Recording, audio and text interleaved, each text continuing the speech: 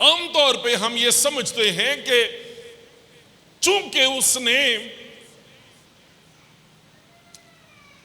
एलिया को पहले रोटी बनाकर दी थी, तो खुदा के खादम की इज्जत करने की वजह से, खुदा के खादम की इज्जत करने की वजह से जो है वो सारपत की बेवा जो है उसके घराने में ये मौजज़ा हुआ। और ध्यान से सुने इस बात को, क्योंकि ये बड़ा ही माइनर सा लेकिन बहुत ही जबरदस्त डिफरेंस है यहां पर।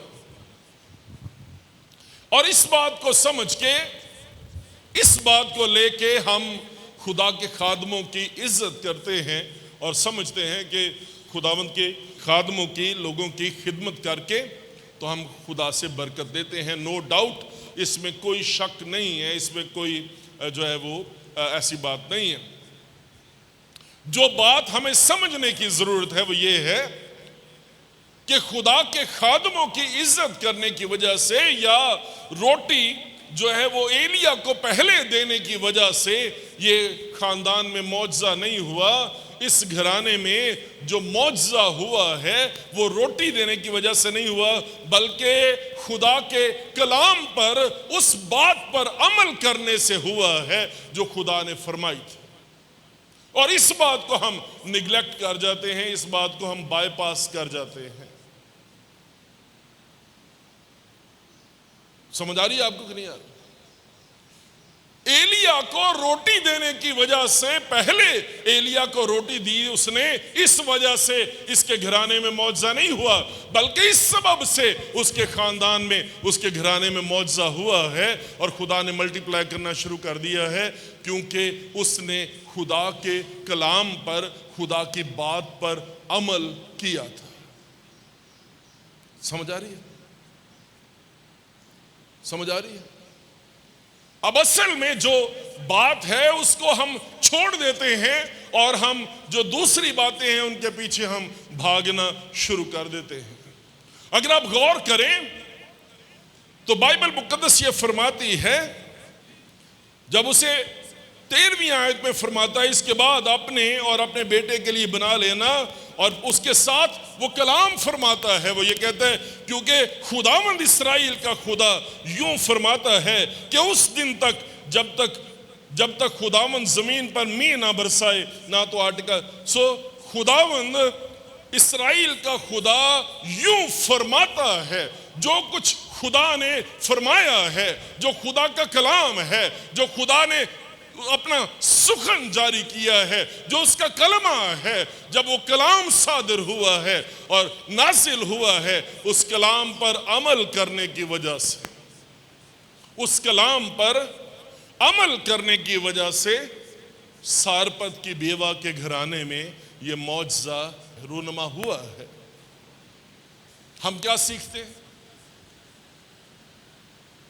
हम ये सीखते हैं कि खादमों की खिदमत करनी, यस गुड, अच्छा हम सीखते हैं, लेकिन उससे भी बढ़ के ये है कि अगर आप कलाम पर अमल करते हैं, अगर आप खुदावंद की बात को मानते हैं, और इसकी जबरदस्त जो पहलू है, इसका जो जबरदस्त जो बात इसकी जिंदगी में, सारपत की बेवा की जिंदगी में बात है, वो ये है कि ना सिर्फ उसने कलाम को सुना है, बल्कि उसने उस कलाम पर अमल किया है। जब खुदा ने फरमाया है, जब खुदा ने कह दिया है, तो उसने उसकी बात को मान के उस पर अमल करना शुरू कर दिया है।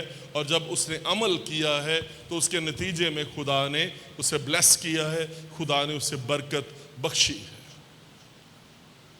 मेरी और आपके घरानों में और खानदानों में जो बड़ी बात और बड़ा सबब, बड़ी वजह है, वो ये नहीं है कि खुदा में जो बरकत देना चाहता है कि हम जो है इस सबब से कि हम पादरी विकास की इज्जत करते हैं, फलां की इज्जत करते हैं, टमका की इज्जत करते हैं, खुदा के खादम की इज्जत करते हैं, इस सबब से खुदा की बरकत तो है ही, लेकिन असल जो बुनियाद है, जो असल जड़ है, उस बात को समझे कि जो बरकत की बुनियाद है वो खुदा के कलाम पर अमल करना है। और अगर आप खुदा के कलाम पर अमल करते हैं तो आप खुदा के खादमों की इज्जत भी करते हैं, और अगर कलाम पर अमल नहीं कर रहे तो फिर खुदा के खादमों की इज्जत भी नहीं।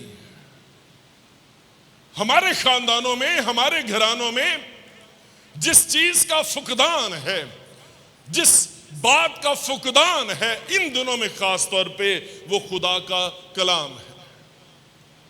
और हकीकत बात ये है, उसने कहा आखिरी अय्याम में यूं होगा कि वो काल पड़ेगा, और जो कहत पड़ेगा वो रोटी और पानी का नहीं होगा।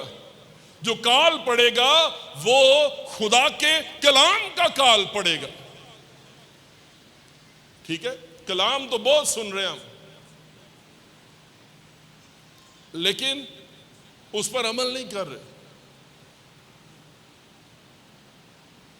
खुदावंद यीशु मसीह ये फरमाता है, जो कोई मेरी ये बातें सुनता और उन पर अमल करता है, महज वो कहता है कलाम को महज सुनने वाले ना रहो, बल्कि कलाम पर अमल करने वाले बनो।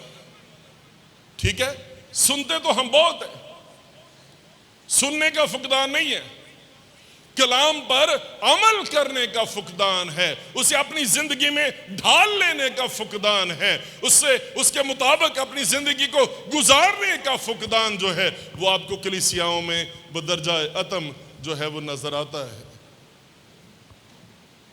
जब तक ये देखें, हमारे कान से हमारे मुंह का फासला जो है वो 5-6 इंच है, क्या ख्याल है? हमारे जहन से हमारे मुंह का फासला जो है वो भी 5-6 इंच का फासला है। और ये जो खिड़कियां हैं ये खुदा ने ऊपर ऊपर ही रखी हैं, यहाँ पे ज्यादा सर के इर्द गिर्द रखी। ठीक, हमारी आंखों और हमारे मुंह का फासला जो है वो 3-4 इंच का, 5 इंच का फासला है। तो ये चीजें आपको यहाँ पे ही ज्यादा जो है वो नजर आएंगे। और कभी आप गौर करें, जो आपका दिल है उसका और आपके जहन का फासला को तकरीबन 1 फुट के करीब आपका दिल और आपका जहन जो है उसका फासला है। लेकिन गौर करें इस बात पर कि जो कुछ हमारा दिल कहता है वो हमारा दिमाग नहीं कह रहा होता, जो कुछ हमारा दिमाग कहता है वो हमारा दिल नहीं कह रहा होता। क्या ख्याल है? जो कुछ हम सुनते हैं, हमारा जहन और हमारे कान जो है वो तकरीबन इंटरमिंगल्ड ही हैं, ऐसे करके करीब करीब हैं, कोई 1-2 इंच का ही फासला है यहाँ पे, है ना, दिमाग के साथ ही कान फिट हो गए हैं। ठीक, लेकिन आप गौर करें, हम सुनते हैं लेकिन उसे सुनकर हम अमल नहीं करते।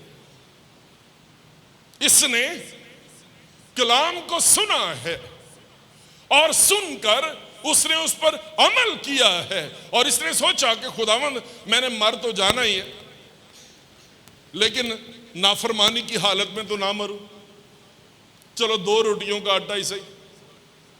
क्या ख्याल? 2 रोटियों का आटा है खुदावंद मेरे पास, और मैं तो पहले ही मान चुकी हूं, बाइबल मुकद्दस को पढ़े, वहां पे क्या कहता है कि मैं और मेरा बेटा हम ये रोटी खाएंगे और फिर क्या होगा, फिर हम मर जाएंगे, उसके बाद होप नहीं है, उसके बाद उम्मीद नहीं है। तो शायद इसने ये सोचा है खुदावंद मर तो मैंने जाना ही है, लेकिन खुदावंद मैं तुझे तेरे कलाम पर आजमाना चाहती हूं, जो कुछ तूने फरमा दिया है जरा मैं उस पर अमल तो करूं, चलो मर तो मैंने जाना ही, कोई बात नहीं। और गौर करें कि ये औरत जो है ये गैर कौम की औरत है, ये औरत जो है ये मसीही नहीं है, ये औरत जो है ये इस्राएली नहीं है, ये गैर कौम की औरत है। और गैर कौम होते हुए इसके इस ईमान को जो खुदा ने फरमाया है, जो खुदा ने कलाम किया है, अगर आप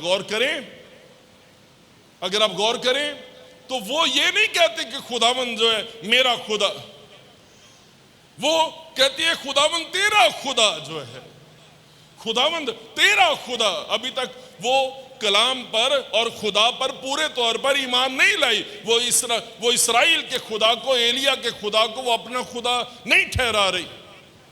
और हम लोग जो हैं, हम साल हा साल से कलाम को सुन रहे हैं। क्या क्या पादरी साहब जी पूरी की थोपेगी, गिरजन हदिया दे दा, दाई की दे दा, ये कर दा, वो कर दा, फलां हो गया, टमकां हो गया। और मैं आपको कहना चाहता हूं पूरी तो पहलों ही नहीं पैन रही। की ख्याल ते खुदा दी नाफरमानी विच तो ना रही है? की ख्याल खुदा दी नाफरमानी विच तो ना रही है? पूरी तो वो जी पहलों ही नहीं पैन रही। तो चलो जो खुदा के कलाम में लिखा है, खुदा की बात को, खुदा के कलाम को जो है वो आजमा कर देख लें, खुदा पर तकिया करके देखें, खुदा पर तवक्कल करके देखें वो अपने कलाम को पूरा करता है या पूरा नहीं करता। और इसने बाइबल मुकद्दस को पढ़े, उसने खुदा के कलाम पर अमल किया और उस अमल करने के नतीजे में खुदा ने उसे और उसके घराने को जो है वो ब्लेस किया। सो उसने जाकर एलिया के कहने के मुताबिक किया। सो उसने जाकर एलिया के कहने के मुताबिक किया और ये और वो और उसका कुंभा बहुत दिनों तक खाते रहे। मैं आपसे पूछना चाहता हूं, आप हर इतवार चर्च आते हैं? ये औरत आपसे बहुत अच्छी है, क्योंकि ये औरत जो है, इसने जाकर जो कुछ एलिया ने कहा था उसके कहने के मुताबिक किया है। और एलिया के पास भी जबरदस्त पहलू ये है, एलिया के पास अपना कुछ नहीं है कहने के लिए, अपना कुछ नहीं है देने के लिए। एलिया के पास एक ही बात है और वो खुदा का कलाम है, वो खुदा की आवाज है जो उसने इस औरत तक पहुंचा दी है। और खुदा की आवाज जो एलिया ने उसे पहुंचाई है उसके मुताबिक जाकर उसने अमल। मैं आपसे पूछना चाहता हूं, जब आप यहां से जाते हैं सारा हफ्ता आप उस कलाम पर अमल करते हैं? आप उस कलाम पर अमल करते हैं? आप यकीन करें, जितना कलाम आप लोगों ने सुन लिया है, अब तक आपको चैंपियन होना चाहिए था कलाम। क्या ख्याल? अब तक हमें, अगर हम जो कुछ हमने सुना है, जो कुछ कहा है, पादरी विकास का कलाम नहीं है, खुदा का कलाम है। अगर आप जाएं यहां से और जाके उसके मुताबिक अमल करना शुरू कर दें, हमारी कलीसिया, हमारे हालात, हमारे खानदान, हमारी जिंदगियां बदल सकती। लेकिन प्रॉब्लम यह है कि असी पहली गल तो जाना ही उस गिरजे च वे जिथे कलाम ना हो, जिथे गोंगलों तो मिट्टी झाड़ी जाए, सामने घड़ी लगी हो। तो पादरी ने भी दसिया, फादर ने भी दसिया भी घंटे एक दी इबादत जे जवानों, इस तो बाद कोई नहीं, घड़ी थोड़े सामने ला दी। कलाम हमने सुनना नहीं है और हमें समझ ही नहीं है। ना सुनाने वालों को समझ है, ना ही सुनने वालों को समझ। सुनाने वाले बड़े कनिंग हैं, हो सकता है उनको समझ हो, लेकिन उन्होंने सुनाना नहीं गा। उन्होंने सुनाया तो फिर आबद ने तो होश आ जाना। यहां पे जो एलिया है, एलिया के पास खुदा की बरकत है और एलिया जो है उस बरकत को माल मार के नहीं बैठना चाहता। एलिया उस बरकत में दूसरे लोगों को शामिल करना चाहता है और एलिया उस बरकत का मजा जो है वो सारपत की बेवा को कहता है कि चख कर देख लो। एलिया उस कलाम को और उस बरकत को उठाकर सारपत की बेवा के सुपुर्द कर देता है और उसे ये कहता है कि सिर्फ ये ना समझ कि पाकरू का मस्सा, खुदा की ज़ूरी, इस्राएल का खुदा जो है मेरे साथ है, मुझे ही सस्टेन कर सकता है, वो तुझे भी सस्टेन कर सकता है। और वो किसी का तरफदार नहीं है, वो किसी का तरफदार नहीं। सारपत की ये बेवा जो है, जो कुछ एलिया ने कहा था उसे किया उसने और उस पर अमल करने के नतीजे में अब उसने खुद देख लिया है कि खुदा कैसे ब्लेस करता है, खुदा किस तरह से बरकत देता है। और मैं आपको ये कहना चाहता हूं, यहां पे बड़े बड़े चैंपियन बैठे हुए, ये हफ्ता आपके पास है, आप सुनने के बाद यहां से जाने वाले हैं और जाकर अगर आप उस पर अमल करना शुरू कर दें, अगर आप उस पर ध्यान लगाना शुरू कर दें और उसके मुताबिक अपनी जिंदगी जो है उसके मुताबिक ढाल लें और उसके मुताबिक गुजारना शुरू कर दें, मैं आपको गारंटी देना चाहता हूं खुदा आपको सरफराजी और इकबालमंदी की बुलंदियों पर ले जाएगा। आज के दौर में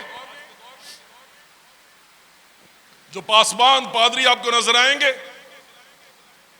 जो कुछ बरकत इनके पास है, इनकी नीयत नहीं है आपको देने की।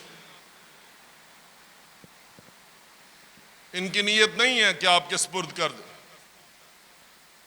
हम भी अमल कर रहे हैं, लेकिन हमारा अमल और इसका अमल जो है ये फर्क है। इसका जो अमल है वो ये है कि जो कलाम इसने एलिया ने किया है, ये गई है और जाकर इसने उस पर अमल किया है, और जैसे उसने कहा था वैसे ही उसने किया है। मैं आपसे पूछना चाहता हूं, आज आपने घर जाना है, आप घर जाके क्या करेंगे? आप घर जाके क्या करेंगे? आपकी बीवी और आपके बच्चों की दुआ में बड़ा असर है। मैं सच्ची बात आपको बता रहा हूं। अगर नहीं पूरी पड़ रही, पैसे कम है, ये है वो है, अपने बच्चों को कहें आपके लिए दुआ करें। अपने बच्चों को कहें आपके लिए दुआ करें। अपनी बीवी को कहें आपके लिए दुआ करें।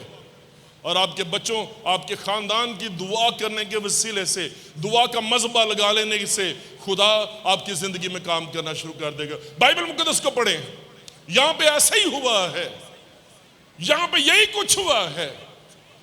यहां पे ना सिर्फ खुदा ने रोटी और पानी के वसीले से इस घराने को बरकत दी है, बल्कि ये 2 जनरेशंस हैं जिनको खुदा ने ब्लेस किया है। जो बेवा है उसकी जिंदगी में खुदा ने काम किया था, ये उसकी गवाही है। मैंने खुदा के कहने पर अमल किया था, रोटी एलिया को दी थी, लेकिन अब ये गवाही जो है अगली नस्ल में भी चली गई है। और अगली नस्ल जो है वो ये कह रही है कि मैं मर गया था और सिर्फ रोटी को बरकत नहीं दी थी, सिर्फ तेल ही पे बरकत नहीं आई थी, मैं मर गया था। मेरे पास एक कहानी है जो बताने वाली है, और जब मैं मर गया था तो खुदा ने एलिया के वसीले से मुझे नई जिंदगी बख्शी है। मैं आपसे पूछना चाहता हूं, आपके बच्चों के पास ये कहानी है बताने वाली? आपके पास, बच्चों के पास ये गवाही है बताने ली कि मैंने दुआ की थी कि मेरे पापा को खुदा काम दे दे और खुदावंद हमारी जरूरतों को पूरा करे, और खुदावंद ने हमारी जिंदगी में ऐसा ही किया। खुदा ने हमारे घराने में बड़ा काम किया। इन बच्चों को जो एलिया का खुदा है उससे इंट्रोड्यूस करवा दें। आपका इन बच्चों की सारी जिंदगी पर एहसान है, इन बच्चों की जिंदगी में आप इन्वेस्ट कर लेंगे। जो पहली बात हमने सीखी है वो ये है कि जो खुदा के कलाम की कुदरत है उसको इस औरत ने जो है वो देखा है, और उसके नतीजे में खुदा ने बरकत दी है। जो दूसरी बात हमने सीखी है वो ये है कि एलिया के पास जो सोर्स ऑफ ब्लेसिंग है, जो सोर्स ऑफ ब्लेसिंग है, एलिया सोर्स ऑफ ब्लेसिंग बन गया है कि उसने उसे माल नहीं मारा बल्कि उसने उसे जारी कर दिया है। बाइबल मुकद्दस को पढ़ें, करीत के नाले पर एलिया था और कौवे उसके लिए सुबह और शाम जो है वो रोटी और बोटी लेकर आते थे, रोटी और गोश्त उसके लिए लेकर आते थे, है ना। और ऐसी ऐसे मुल्क से देखो, हम यहां पर रहते हैं ना, आपका ईमान नहीं है कि खुदा आपकी जिंदगी में काम कर सकते हैं। खुदा कौवों के वसीले से, इन्ना अयार और मकार परिंदा जिन्हों नूह ने छड़िया से वापस नहीं सी आया, याद है। लेकिन एलिया की जिंदगी में खुदा ने ऐसा जबरदस्त काम किया है कि यही कौवा जो है, ये कौवे जो हैं, ये उसके लिए रोटी और गोश्त जो है वो लेकर आ रहे। और खुदा जो है कुछ देर के बाद वो नाला जो है वो सूख गया और कौवे जो हैं वो भी रिटायर हो गए। तो खुदा जो है वो एलिया को कहता है कि मैंने वहां पर बेवा को हुक्म दिया है, तो जा और जाकर मैंने उसे हुक्म दिया है कि वो तेरी परवरिश करे, है ना। अब सुने ध्यान से, एलिया को वहीं पे रहना चाहिए था, एलिया को नहीं जाना चाहिए था। लेकिन गौर करें इस बात पर कि एलिया को खुदा ने वहां पे नहीं रखा कि करीत का नाला सूख गया तो एलिया वहां पे बैठा हुआ है ना, वो इंतजार कर रहा है, कहने नहीं खुदा मैं नहीं जाना। कभी आप गौर करें, एलिया जो है वो उठकर जो है वो चला है और सैदा के सारपत में वो पहुंचा है। और बाइबल मुकद्दस के मुताबिक एलिया जो है उसकी जबरदस्त गवाही ये है कि जो ब्लेसिंग, जो बरकत खुदा ने उसे दी है वो उसका सोर्स बन गया है। वो दूसरों तक उसे पहुंचाने का वसीला बन गया है और खुदा ने उसको ब्लेस करना शुरू किया है। ये उसकी बरकत का राज है, ये उसकी जिंदगी का राज है। और मैं आपसे पूछना चाहता हूं, जो कलाम आपके पास है, जो बरकत आपके पास है, जो दुआ आपके पास है, जो ईमान आपके पास है, जो खुदा आपके पास है, जो बाइबल मुकद्दस आपके पास है, इस बाइबल को, इस ईमान को, इस कलाम को, इस दुआ को आप सारा हफ्ता, सोमवार से लेके हफ्ते तक आप कितना लोगों के साथ बांटते हैं, लोगों को कितना ज्यादा सुनाते हैं, कितनी गवाहियां आप देते हैं लोगों को।